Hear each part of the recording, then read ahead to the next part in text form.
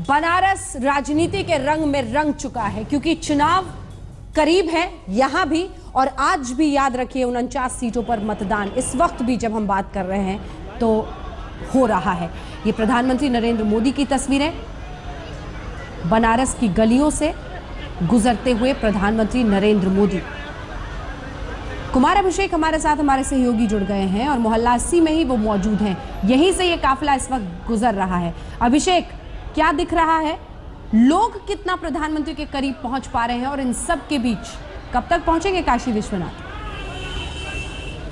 देखिए अंजना, अभी अभी प्रधानमंत्री मोदी का जो कारवां है वो यहाँ से गुजरा है और यहाँ से इस 80 मोहल्ले से होते हुए वो विश्वनाथ मंदिर की ओर जा रहे हैं।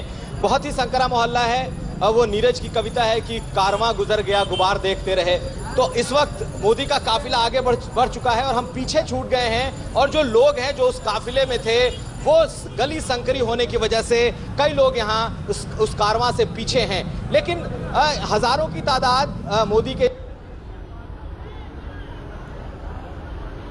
अभिषेक से अचानक संपर्क टूट गया। बहुत भीड़भाड़ वाले ये इलाके हैं। इस बीच खबर ये आ रही है कि कांग्रेस पार्टी और समाजवादी पार्टी की तरफ से ये आरोप लगाया जा रहा है कि इस रोड शो की अनुमति ही भारतीय जनता पार्टी ने नहीं ली है। यह आरोप लगा रही है कांग्रेस और समाजवादी पार्टी। कुमार विक्रांत हमारे सहयोगी हमारे साथ इसी खबर पर जुड़ रहे हैं। विक्रांत, बनारस में चुनावी रण चरम पर है। प्रधानमंत्री मोदी एक और रोड शो कर रहे हैं। यहाँ पर अम्बेडकर चौराहे में तैयारी हो रही है कांग्रेसियों की और समाजवादी पार्टी के नेताओं की, कार्यकर्ताओं की।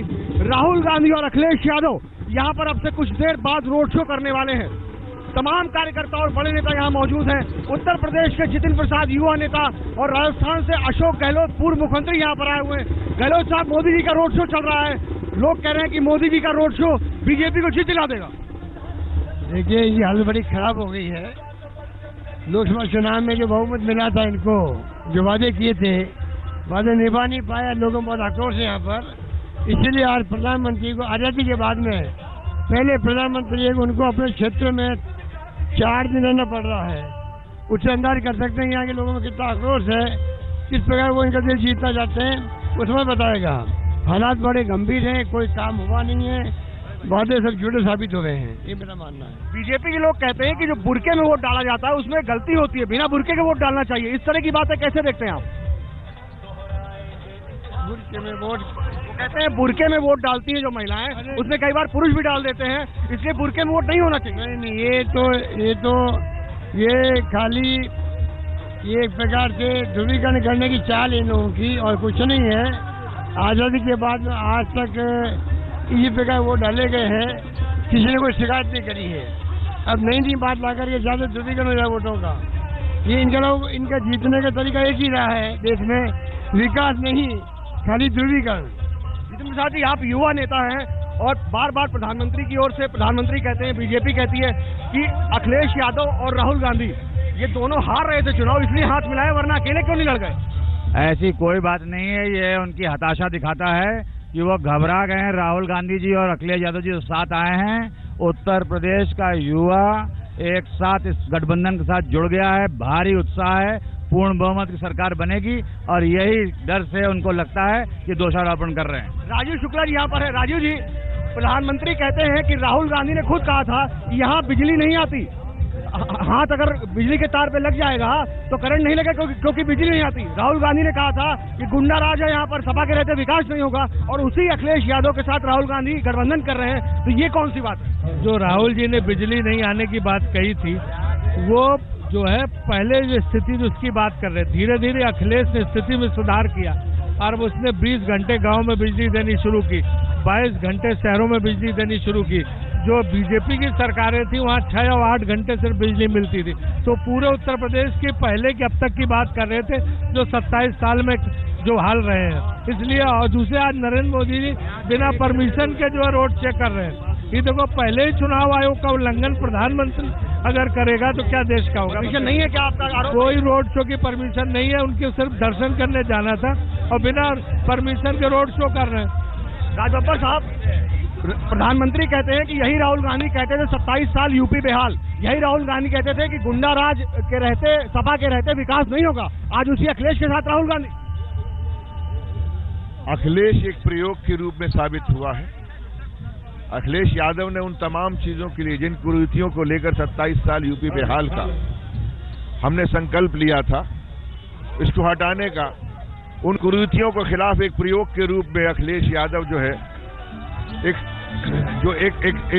ऐसी राजनीति जो शुचिता की राजनीति है, उसका प्रमाण निकल कर आया। अपने परिवार, अपनी पार्टी में उसने विरोध सहमति सही। ऐसे व्यक्ति को ताकत देना, ऐसे व्यक्ति के साथ में हाथ मिलाकर चलना, ये कांग्रेस पार्टी ने फैसला किया। और आज जो है, जो 27 साल यूपी बेहाल की जो बात कहते हैं लोग, वो उसमें खुशहाली लाने के लिए कांग्रेस का साथ अखिलेश यादव ने लिया है। कहना चाह रहा था कि मोदी जी पूछो रामविलास पासवान के बारे में वो क्या बोलते थे, और रामविलास पासवान मोदी जी को क्या कहते थे कि उनसे ज्यादा भ्रष्ट, उनसे ज्यादा जो है देश का बेड़ा गर्क करने वाला कोई दूसरा व्यक्ति नहीं, वो रामविलास पासवान उनके मंत्री है। हम क्या बोलते थे, क्या बोलते थे, तो उनसे जवाबी सवाल आप करने से क्यों डरते हैं? आप लोग बार बार ये को कहते हैं, अखिलेश भी कहते हैं कि कई चुनाव के बाद भाजपा और बसपा गठबंधन जो है वो रक्षाबंधन न मना ले।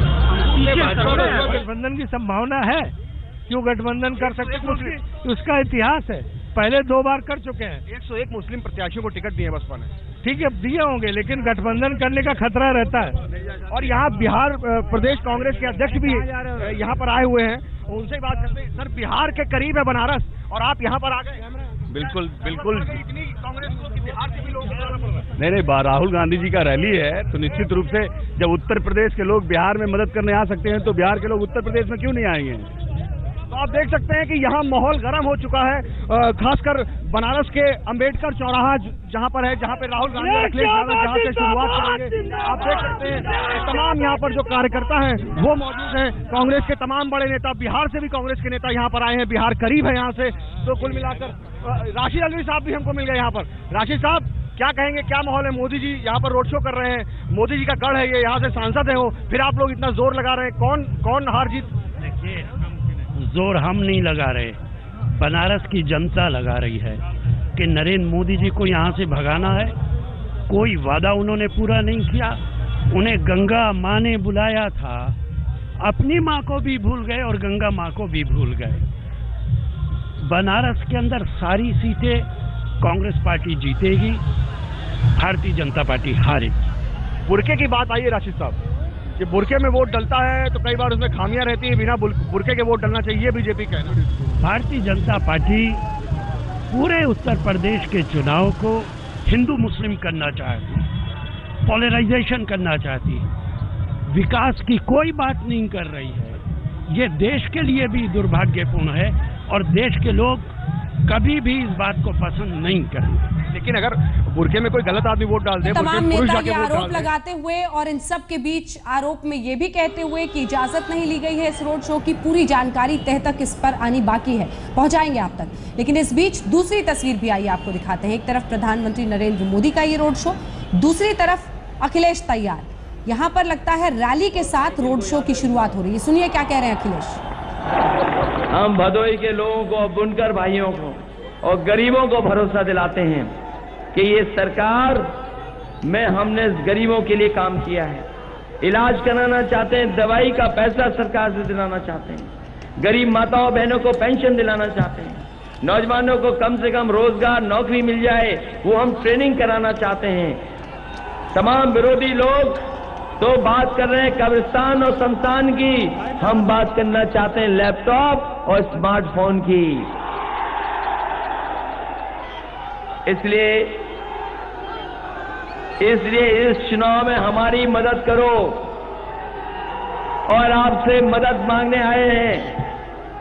ये लगातार हर चरण में पार्टी आगे गई है। बताओ, आज 6वें चरण में वोट पड़ रहा है, वहां भी जनता साथ है और अब तो 7वां चरण है और 7वें चरण में तो सब बातें पूरी हो जाती हैं। हमारे भाई लोग जानते होंगे 7वें चक्कर में सब चीजें पूरी हो जाती हैं। बताओ भदोही के लोगों, पूरा करोगे कि नहीं करोगे? और हम कहना चाहते हैं 7वें चरणवाद के बाद तो सब नई जिंदगी शुरू हो जाती है। नई सरकार बनाने के लिए और समाजवादी सरकार बनाने के लिए एक बार फिर आप सब लोग साइकिल के चुनाव चिन्ह पर वोट डाल देना, मदद कर देना और ऐतिहासिक वोटों से जिता देना। जहां तक कांग्रेस पार्टी का है, लोग कहते हैं कि आपने सीटें ज्यादा दे दी। मैं अपने साथियों को, प्रेस के साथियों को कहना चाहते हैं कि जब दिल बड़ा होता है तभी दोस्ती मजबूत होती है, और कभी किसी कंजूस के साथ दोस्ती कर ली तो बहुत ज्यादा दिन दोस्ती चलती नहीं है। जगबरारसिया में अब सवाल यहां पर पहुंच गया है कि क्या इस रोड शो की इजाजत ली गई थी। इस तरह के आरोप ये देखिए हम आपको दिखा रहे हैं। अखिलेश यादव अब यहां पर भदोही में लगभग 40 किलोमीटर की दूरी है, यहां पर रैली करने के बाद अब वो वाराणसी जा रहे हैं और वाराणसी में उनका भी रोड शो इसके बाद होना है। माना जा रहा है कि उसका वक्त लगभग 2 बजे के बाद मुकर्रर किया गया है। दोनों रैली पर जल्दी से राजदीप जी आपसे प्रतिक्रिया। और हमने सुनाया किस तरह से अखिलेश बोलने का अंदाज तो है ही अलग, पकड़ रहे हैं लोगों का इमेजिनेशन। दोनों रैली हम दिखा रहे हैं। देखिए ये बड़ी अच्छी बात है, क्योंकि मुझे लगता है ये पूरी टक्कर जो हो रही है वो हमें दोनों तरफा दिखानी चाहिए। 4:30 बजे मायावती जी की भी रैली है, वो भी दिखानी चाहिए, क्योंकि ये फाइनल स्ट्रेच है और आप देख सकते हैं दोनों तरफ से ताकत पूरी तरह से झोंक रहे हैं। लेकिन एक फर्क है, मुझे लगता है अखिलेश और राहुल जो है वो एक तरह से अपने पार्टी के लिए वन मैन शो है, और बीजेपी में हालांकि नरेंद्र मोदी जी का रोड शो चल रहा है, लेकिन बीजेपी में भी आप देखेंगे कई नेता हैं, 16 यूनियन मिनिस्टर वहां आए हुए हैं बनारस में पिछले 1 हफ्ते से। यानी बीजेपी में जो ताकत है वो मुझे नहीं लगता समाजवादी पार्टी और कांग्रेस में है कि आप पूरी तरह से इतना बड़ा रोड शो कर पाए। प्रधानमंत्री की रैली भी होगी, टाउन हॉल में उनकी आज शाम को मीटिंग होगी। वो जो ताकत बीजेपी में दिखाई देती है वो मुझे लगता है अखिलेश जी जो हैं वो एक तरह से वन मैन शो बन गए। मुलायम सिंह खुद नहीं इस कैंपेन में शामिल रहे, आजमगढ़ भी नहीं गए जो उनकी लोकसभा कॉन्स्टिट्यूंसी है, और कांग्रेस के नेता जो हैं, नेता ज्यादा है वर्कर कम है, तो ये एक बड़ा फर्क है। लेकिन मैं ये कहूंगा कि अखिलेश ने पूरी ताकत झोंकी है, और यही वजह है कि कम से कम लगता है कि कोई तो इस चुनाव में नरेंद्र मोदी जी को टक्कर देने की कम से कम कोशिश कर रहा है, क्योंकि मोदी जी तो नेता नंबर 1 है उत्तर प्रदेश के। उनके मुकाबले एक अखिलेश जी इस बार आए हैं जो एक तरह से टक्कर। और आखिरी बात, मायावती जो है वो ना रोड शो में विश्वास करती है ना मीडिया में विश्वास करती है, लेकिन जब चुनाव के नतीजे निकलेंगे तो मायावती डिसाइड करेगी कि पूर्ण बहुमत किसे मिलेगी या नहीं। मैं उनको अभी भी एक्स फैक्टर मानता हूं इस चुनाव। ठीक है, उड़न खटोला निकल चुका है अखिलेश यादव का, और आजकल उड़न खटोला के सहारे बहुत नेता घूमते हैं, लेकिन मायावती की भी रैली जैसा ही कह रहे हैं कुछ देर में होनी है। अब ये टक्कर एकदम सीधा सीधा होना है। अखिलेश यादव, राहुल गांधी एक तरफ, डिंपल यादव उनके साथ, और एक तरफ प्रधानमंत्री नरेंद्र मोदी। और मिलेश जी आप तो इसी इलाके के हैं, भदोही से लेकर बनारस तक की सड़क कैसी है? अगर आप इलाके की बात करती हैं तो इसको बिल्कुल लिटरल रूप में न लीजिएगा, इसको व्यंजना के रूप में लीजिएगा। अंजना आप हैं तो व्यंजना ये है कि लोग कहते हैं कि काशी शंकर के त्रिशूल पर खड़ी। मुझे लगता है कि त्रिशूल पर न होती तो आज जिस तरह 3 बड़ी दलबंदियां हैं उसमें कहीं काशी इधर से उधर हो जाती, लुढ़क जाती। तो इस तरह की जमात है, इस तरह की जमावड़ेबाजी है, इस तरह के पैसे का प्रदर्शन है, शक्ति का प्रदर्शन है मुझे। लेकिन इस पूरे चुनाव में खासकर वाराणसी के आसपास जो ये घेराबंदी है उसकी वजह यह नहीं है केवल कि ये उत्तर प्रदेश की पूरी लड़ाई है।